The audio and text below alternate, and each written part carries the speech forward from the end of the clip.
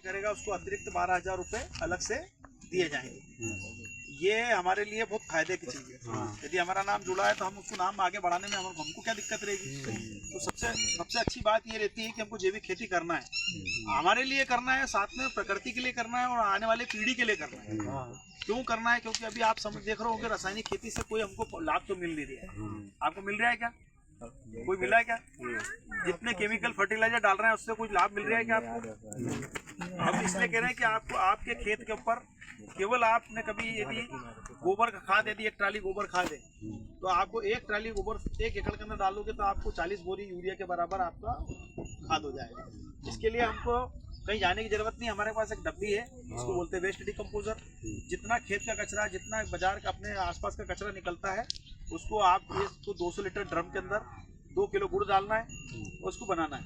बनाने के 3 दिन बाद ये दवाई कंप्लीट हो जाएगी।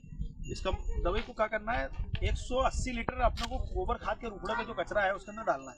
ये दवा डालना है और 20 लीटर रखना है।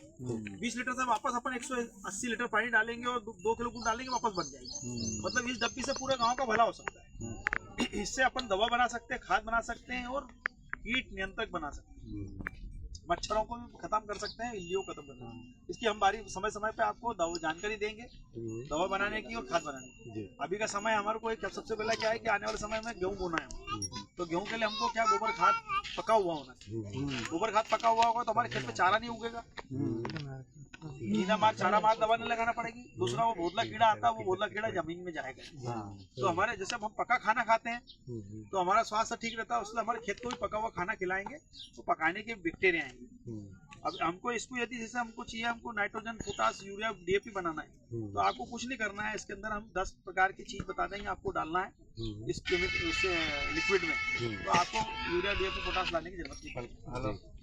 दूसरा, पका हुआ गोबर खाद डालेगा तो आपके खेत में कोई नुकसान नहीं होगा, फायदा ही होगा। अभी क्या करो, अभी पका खाद डाल रहे हैं। हमारे बूढ़े वाले दादा कभी जिंदगी में सोचा था आपने कि बगैर यूरिया से खेती की थी, कपास भी अच्छा पकाया था, लेकिन हम बाजारू हो गए। अभी आपको बाजार से कभी भी जो बाजार से चीज लाते हो ना, बाजार से लाके चीज हटाना पड़ेगी। जैसे जैविक खेती में का नियम ये है कि आप बाजार से जो बीटी का कपास ला रहे हो, जो भी ला रहे हो, तो वो आपको नहीं लाना है। यदि वो बोलोगे आप कि हम ला रहे हैं तो आपको क्या होगा, नाम कट जाएगा। आपको ये बोलना है कि हमारा घर का खेत बीज है, घर का पैकेट है। वो पैकेट कहाँ से लेते हैं तो बोले जैविक खेती वाले हमको सोसाइटी वाले देके जाते हैं, उससे धान बीटी कपास लगाते हैं। दवा हमारे घर की बनाते हैं, खाद भी हमारे घर का बनाते हैं, बाजार से हम कुछ मिलाते हैं, तो आपका नाम आगे बढ़ेगा। आपकी इच्छा सहमति रहेगी उसमें, हमारे को जोर जबरदस्ती नहीं है। आप इच्छा से चलाना है आपको, हम तो आपको सपोर्ट करने वाले हैं। आप जब भी बोलोगे आपकी समस्या का समाधान करना हमारा धर्म है। हम आपके नौकर हैं, कोई अफसर नहीं, समझ में। हम आपकी नौकरी कर रहे हैं, आपके नाम से नौकरी कर रहे हैं, इसलिए हमको समय समय पे आपको बताना पड़ेगा और आपको आगे लेके चलना पड़ेगा। दूसरी बात, बीज कहाँ से लाते हैं? बीज हमारे घर से लेते हैं, बाजार से लाते नहीं। ये भी जो अभी अफसरों ने आएंगे जांच करने तो आपको इतना बताना पड़ेगा। हाँ, और ये जो ये आपका वही एक कार्ड है, इस कार्ड को आप रखोगे पास में तो आपको मालूम पड़ेगा आप जैविक खेती से जुड़े हो, वरना आपको नहीं मालूम कि जुड़े।